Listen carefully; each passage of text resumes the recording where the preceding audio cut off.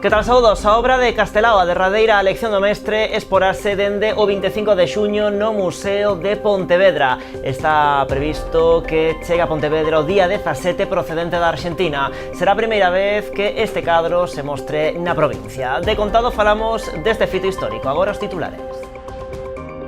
Falece unha muller en Boiro cando se estaba a bañar no areal de Praia Xardín. A pesar das manobras de reanimación que lle foron practicadas polo persoal médico desprazado ao lugar, non puideron facer nada por salvarlle a vida.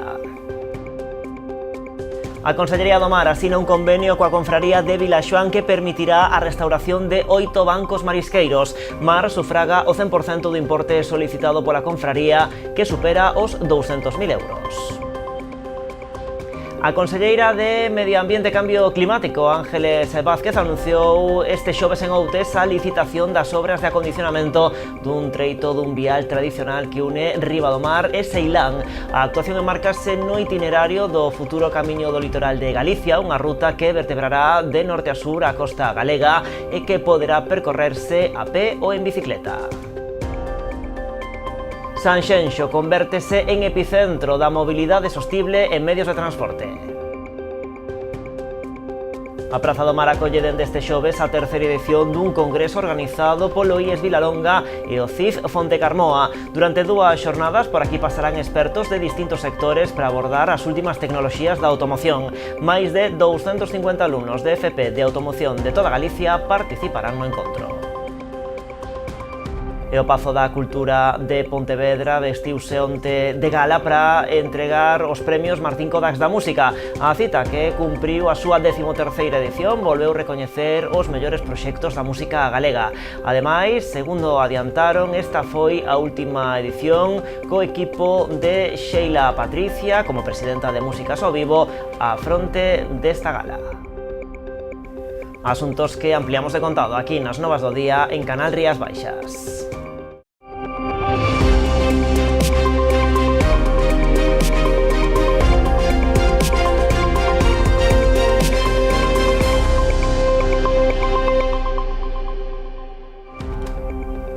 E comezamos coa páxina de sucesos.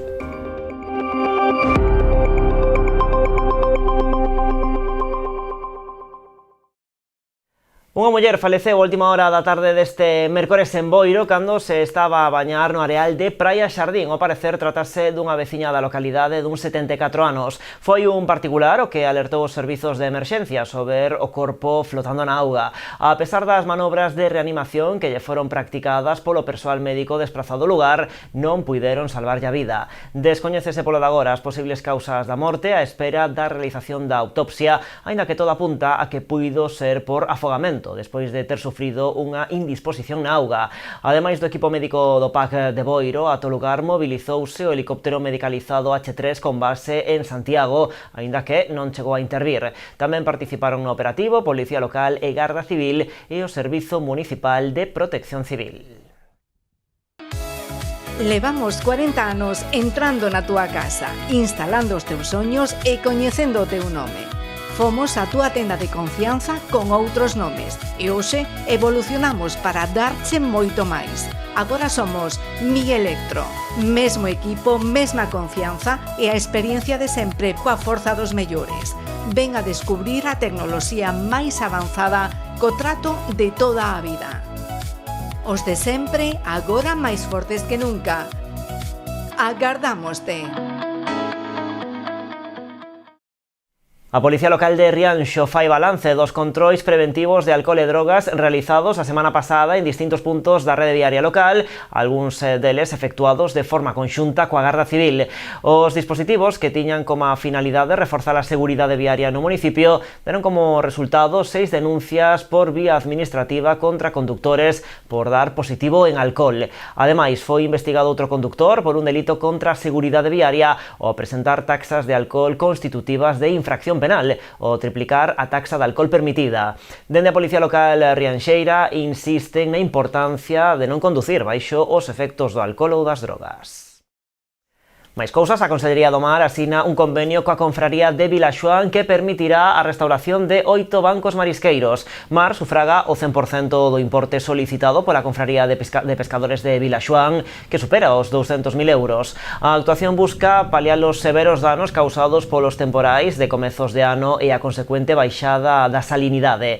Na asinatura, a Conselleira do Mar, Marta Villaverde, destacou que o obxectivo é devolver a productividade aos areais e garantir a viabilidade económica do colectivo a través dun modelo de cogobernanza que escoita dixo as demandas técnicas do sector. O abeiro deste acordo establecese un componente social fundamental polo que se compensará económicamente as mariscadoras que participen nas tarefas de recuperación con ata 700 euros ao mes. E o Concello de Pontevedra outorga a Deputación a licenza para a tala controlada de árbores no convento de Santa Clara. A solicitude da Administración Provincial foi aprobada este xoves a mañá pola Xunta de Goberno e fai referencia á retirada de varios exemplares da zona do bosque do recinto conventual. Dende o Goberno local destacaron a celeridade a hora de tramitar este permiso, subliñando que se resolveu coa máxima celeridade. Ademais, insisten no compromiso de que o Concello pontevedrés ten con Santa Clara a súa recuperación. A autorización recolle que o prazo de inicio dos traballos é de 6 meses, permite unha interrupción máxima das obras doutros 6 e o remate definitivo da intervención ten un prazo máximo dun ano.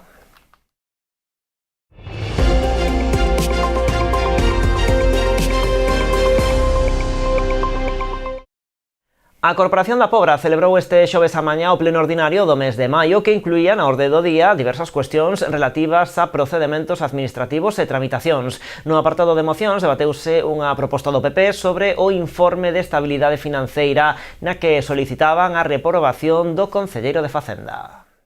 A estabilidade financeira do Concello foi obxecto de debate no pleno celebrado esta mañá no Concello da Pobra. Foi a raíz dunha moción presentada polo PP na que aludía ao informe da Autoridade Independente de Responsabilidade Fiscal e solicitaba a reprobación do Concelleiro de Facenda. A moción foi rexeitada cos votos en contra de todos os grupos que compoñen o Goberno, que defenderon a xestión económica desenvolvida nos últimos anos co remanente de tesourería positivo e unha importante reducción da débeda. O Concelleiro de Facenda explicou o incremento das partidas relacionadas con servizos básicos e atención cidadá, aclarando ademais que o gasto corrente non aumentou, senón que pasou do 85% do pasado ano ao 79% do presente exercicio. E a Conselleira de Medio Ambiente e Cambio Climático, Ángeles Vázquez, anunciou este xoves en Outes a licitación das obras de acondicionamento dun treito dun vial tradicional que une Ribadomar e Ceilán. A actuación enmárcase no itinerario do futuro Camiño do Litoral de Galicia, unha ruta que vertebrará de norte a sur a costa galega e que poderá percorrerse a pé ou en bicicleta. Acompañada do alcalde Fran Calo, a titular de Medio Ambiente, visitou esta mañá o núcleo de Ribadomar. Alí mantivo un encontro cos propios veciños desta aldea, a quen lles explicou as características do proxecto do futuro Camiño do Litoral de Galicia, unha ruta que vertebrará de norte a sur a costa galega, cun trazado de máis de 1.300 kilómetros que se poderá percorrer tanto a pé como en bicicleta. A proposta, con investimento total de 1,1 millón de euros, prevé o acondicionamento de numerosos viais naqueles concellos polos que discorrerá esta ruta.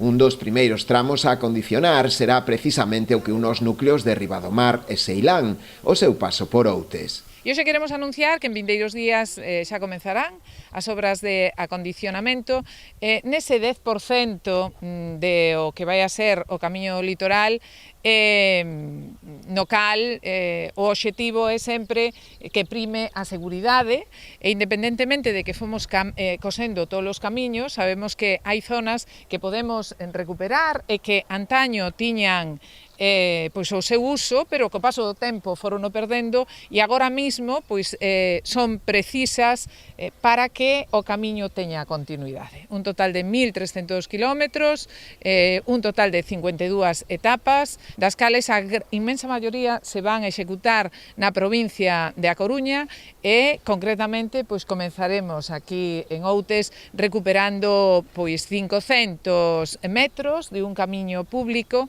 que vai favorecer que o viandante ou aquel que veña en bicicleta non teña que ir pola estrada, senón que poida ir por un camiño máis seguro.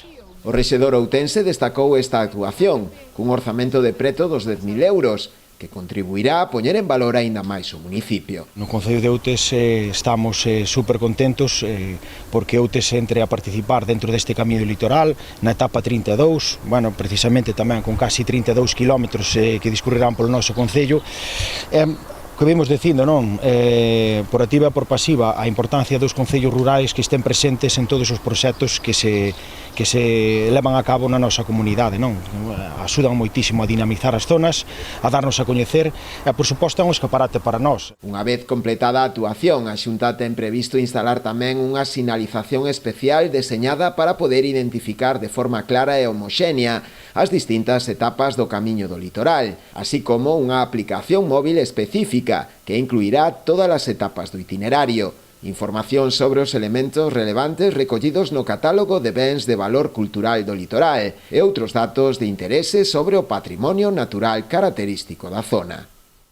E o Grupo Municipal de Compromiso Outes denuncia a situación de parálise total do actual goberno. Poñen o foco nunha longa lista de investimentos estruturais que foran planificados, aprobados e dotados de financiamento durante o goberno anterior. A voceira da formación, Alba Quintela, acusa o actual bipartito de manter conxelados estes proxectos cun investimento próximo aos 2 millóns de euros. Entre eles destacan a renovación do saneamento e abastecemento da avenida de Fisterra, a pavimentación dos accesos ao Porto do Freixo, o acondicionamento do primeiro andar da Escola do Cruceiro de Roo ou unha serie de melloras nos núcleos rurais de Cando, Sabardes, Braño ou Lantarou, entre outros. A Xunta detecta un novo foco de gripe aviaria en aves silvestres en Sanxenxo. Desta volta, o foco corresponde a un exemplar de gaivota patiemarela que foi trasladado ao Centro de Recuperación de Fauna Silvestre de Cerdedo Cotobade. Con este novo foco, son 8 os confirmados en aves silvestres en Galicia neste ano 2026. Compre lembrar que, polo de agora, non se rexistrou ningún caso de gripe aviaria en aves de Curral de Galicia. Nestes momentos, en todo o país, non hai medidas especiais de restricción sanitaria. Gasas de prevención básica que se aplican son os concellos pertencentes ás denominadas zonas de especial risco, entre elas os concellos da Illa, Cambados, O Grove, Meaño, Ribadumia, Sanxenxo e Vilanova. E a volta da publicidade, entre outros asuntos, falaremos dese Congreso de Mobilidade Sostible en Medios de Transporte que arrancou este xoves en Sanxenxo.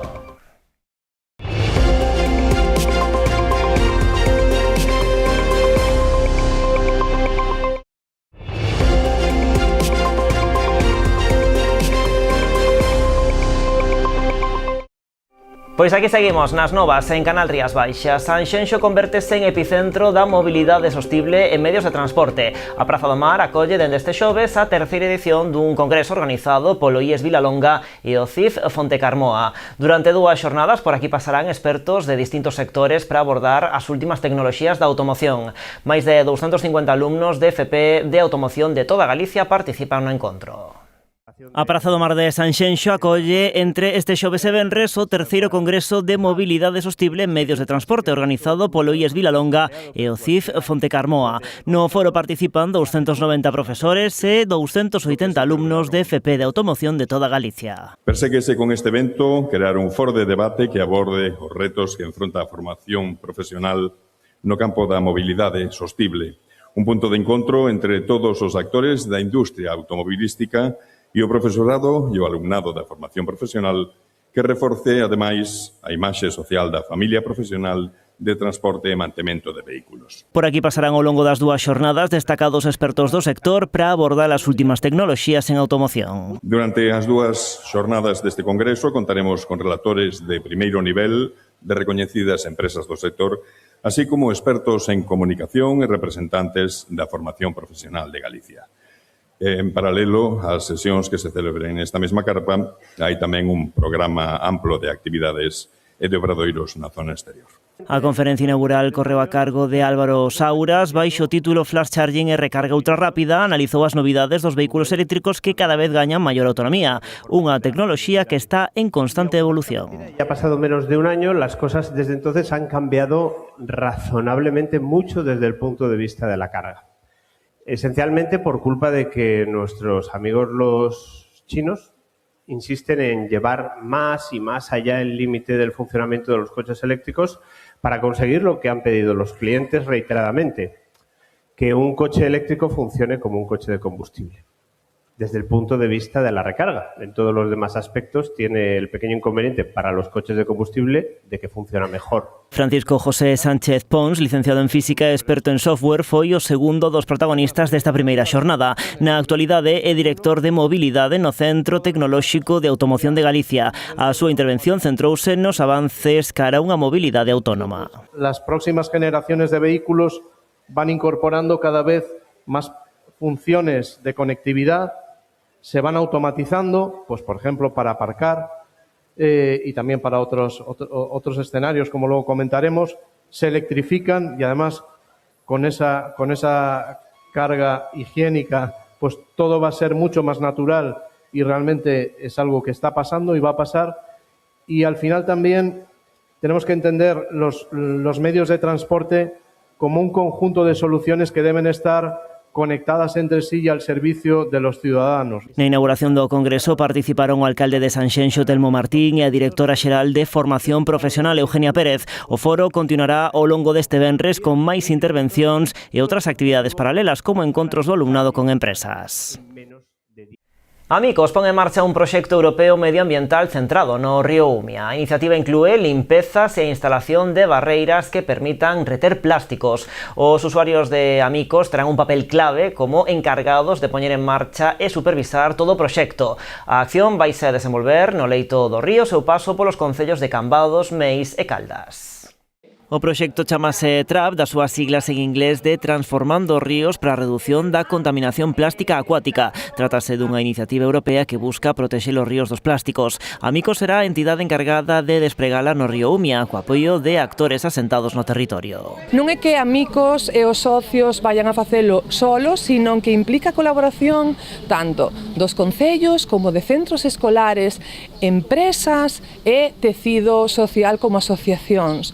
Esta é a importancia deste proxecto. Entre todos vamos a analizar que é o que lle está pasando aos nosos ríos, que é o que está contaminando os nosos ríos, onde están os puntos máis débiles de contaminación dos nosos ríos e buscar solucións. TRAP inclúe campañas de sensibilización, ademais de limpezas no propio leito ou a instalación de barreiras naturais que permitan captar os plásticos. Para o seu desenvolvemento, os usuarios de Amicos terán un papel fundamental. O que vamos a facer é unha dinámica para que entre todos podamos identificar puntos críticos do río Umia para empezar a traballar sobre eles. O proxecto vaise despregar polo río Umia o seu paso polos concellos de Caldas, Meis e Cambados. Estas iniciativas medioambientais sobre o río nos parecen interesantísimos, tendo en conta que, ao fin, o río é un fonte de vida e fonte de auga para nós tamén, que toda a comarca bebe do río Umia. Ademais, tamén é importantísimo por que non leva a cabo unha asociación como é a Asociación Amicos, que traballa con persoas con discapacidade. Eu penso que quen ten que agradecer somos os concellos, a asociación non só por esta iniciativa, senón por todas as que se fan ao longo do ano, e por suposto tamén agradecer a todas as asociacións, a todos os estamentos que colaboran, principalmente, eu tócame agradecer especialmente aos do meu concello, pero a todos os que colaboran dos distintos concellos porque fan posible este proxecto. Ademais do Umia, vaise limpar un río en Francia e outro en Portugal. Estamos a falar dun proxecto europeo que conta con socios en España, Portugal, Francia e Irlanda. Está liderado polo Instituto Superior Técnico de Lisboa. Aquilo que tem sido a nossa grande motivação é, de facto, colocar as comunidades no centro daquilo que são as nossas preocupações técnicas de procurar um ambiente melhor, mais sustentável. Temos como motivação procurar, com a colaboração de todas as comunidades, da comunidade científica e das autoridades, criar soluções que permitam retirar dos rios plástico tanto máis quanto possível. A primeira xornada deste proxecto en Cambados serviu para identificar os puntos críticos do río para, a partir de aí, comezar a traballar sobre o terreo. E as familias de Ribeira volverán dispoñer dunha oferta de conciliación para este verán. O Concello organiza un campamento para que os nenos e nenas de entre 3 a 12 anos gocen dunha alternativa de lecer durante o período non lectivo. Xa está aberto o prazo para inscribirse no programa Ribeira Concilia, que ofrece ás familias con nenos de 3 a 12 anos unha oferta de lecer para compatibilizar a vida laboral e familiar ao longo deste verán. Desenvolverase nas instalacións do Ceipo Grupo durante todo o período non lectivo, puidendo optar as familias ás distintas quendas ou o campamento completo. Se va a organizar en varios periodos. Tendremos un periodo, digamos, de junio-septiembre, del 22 al 30 de junio y del 1 al 7 de septiembre. Estos dos periodos van a van a estar compuestos por 60 plazas cada uno, ¿vale? Después ya pasamos a la época estival por excelencia, julio y agosto, con un total que se va a ofertar de 150 plazas en julio y 150 plazas en agosto. Ainda que o horario é de 9 a 2, ofrecerase tamén servizo de madrugadores a partir das 8 menos cuarto e comedor ata as 4 da tarde. Somos conscientes desde el departamento que algunas familias necesitan una mayor cobertura de horas, por eso ofrecemos dos servicios, digamos, complementarios. Un servicio madruga desde las 8 menos cuarto de la mañana y un servicio de comedor hasta las 16 horas, hasta las 4 de la tarde. Los servicios de atención están incluidos, mientras que la alimentación correspondiente pues correrá a cargo, como otros años, de las familias. Este gobierno, en especial esta concejalía que presido, tiene muy claro que no se trata aquí de, digamos, guardar niños unas horas. Esta concejalía y este gobierno, al presentar este programa, habla de actividades adaptadas con sus juegos respectivos, en definitiva, presentar un verano activo y positivo.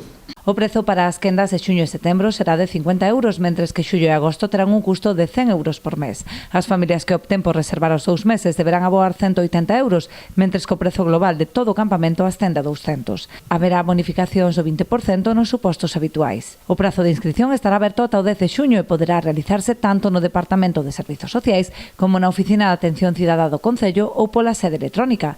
A lista de admisión publicarase o 12 de xuño.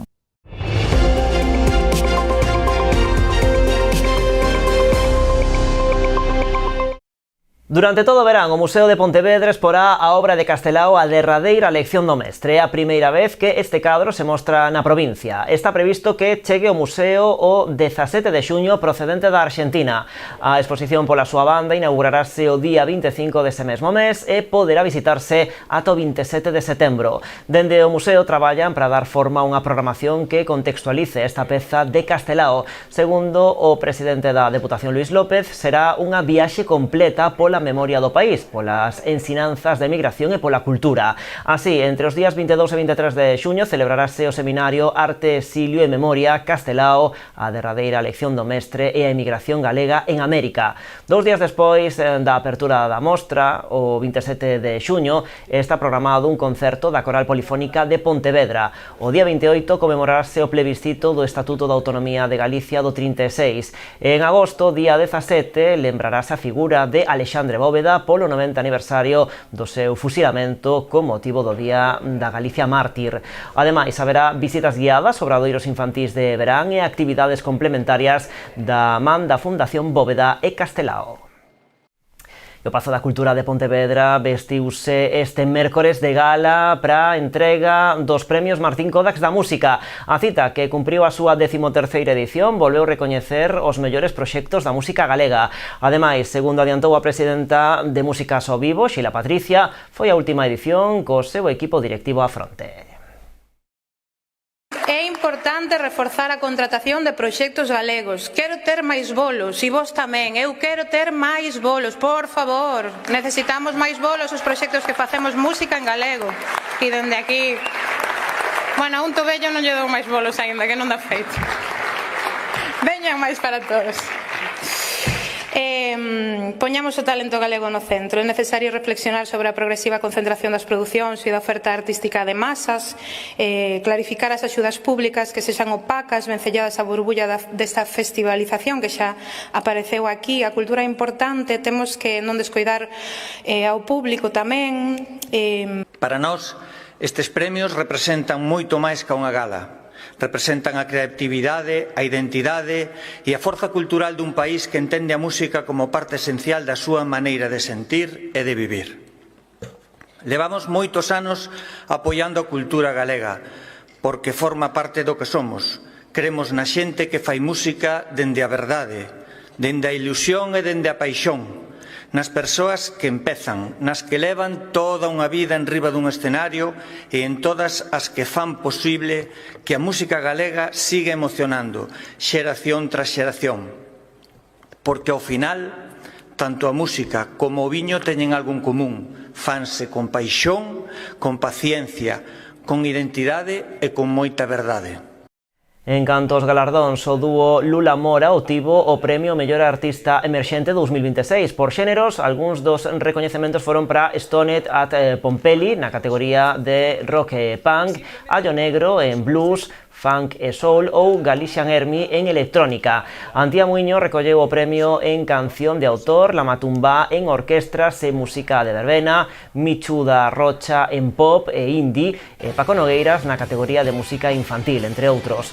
Os galardóns Organistrum, dedicados aos axentes dinamizadores do sector, recoñeceron o espazo digital Galicia en concierto na modalidade de comunicación e difusión musical. A Sala Capitol de Santiago como a mellor sala e o Festival Alternativo Millo Verde como mellor festival. A este último premio optaba tamén o pontevedrés Surfing de Lérez. O broche de ouro da gala foi o premio honorífico que este ano recaeu en Los Suaves. O Cinelma da Pobra acollerá o próximo 6 de xuño un concerto da Unidade de Música do Cuartel Xeral do Mando de Apoio á Manobra. Esta actividade márcase no programa de actos conmemorativos que se están a desenvolver co gallo do Día das Forzas Armadas. Ademais dos actos centrais celebrados en Vigo, nos que se inclúe tamén un concerto a cargo de diversas unidades de música militares, son moitas as localidades que acollerán actividades conmemorativas desta efeméride que se celebra o 30 de maio, festividade de San Fernando. Unha delas é a Pobra, que acollerá un concerto da Unidade de Música do Cuartel Xeral do Mando de Apoio á Manobra o sábado 6 de xuño. Desde hace 3 años estamos tratando de sacar estas actividades complementarias del Día de las Fuerzas Armadas, también del Día de la Fiesta Nacional en el mes de octubre, fuera de lo que es la capital de la provincia, llevándola a pueblos que tengan pues un mínimo de infraestructuras y puedan tener un auditorio en condiciones. En la provincia de La Coruña hemos estado ya en Boiro, hemos estado en el Concello do Pino, en Arca, y por tercera vez salimos de lo que es La Coruña y venimos a este Concello da Pobra do Caramiñal. Máis de 30 músicos subirán ao escenario para interpretar un variado repertorio composto non só por marchas militares, senón tamén por outras pezas dos máis variados estilos como jazz. Tocan cualquier pieza civil o militar de cualquier autor que se lo propongan. Esos 10 años de formación, que se dice pronto, hacen que sean músicos profesionales de primer orden y que les permita pues, desarrollar, interpretar cualquier tipo de tema, por difícil que este pueda parecer. Dende o Concello convidan a cidadanía a chegarse a disfrutar desta oportunidade que permitirá coñecer máis de preto o talento destes músicos cunha extensa formación e unha ampla traxectoria de máis dunha década. Trátase dunha actuación, como xa dixo o Teniente Coronel, enmarcada na celebración do Día das Forzas Armadas deste ano 2026. É a primeira vez, penso, non sei, ao mellor moi para atrás, igual xa se celebrou o Día das Forzas Armadas, desde logo aquí na Pobra, a min hasta onde me consta é a primeira vez que se vai a celebrar este día na nosa localidade. Espero que poda continuar esta colaboración en outros anos, porque nos estamos encantados de poder acoller este tipo de eventos.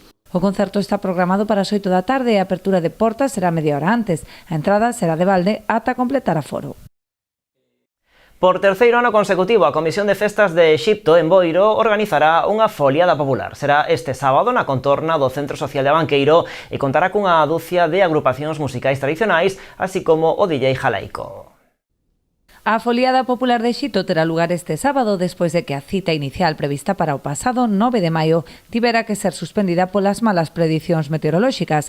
Dará comezo ás 7:30 da tarde coa actuación dunha dúcia de grupos tradicionais e peche a cargo de DJ Jalaico. Durante o serán servirase ademais o tradicional bocadillo de luras.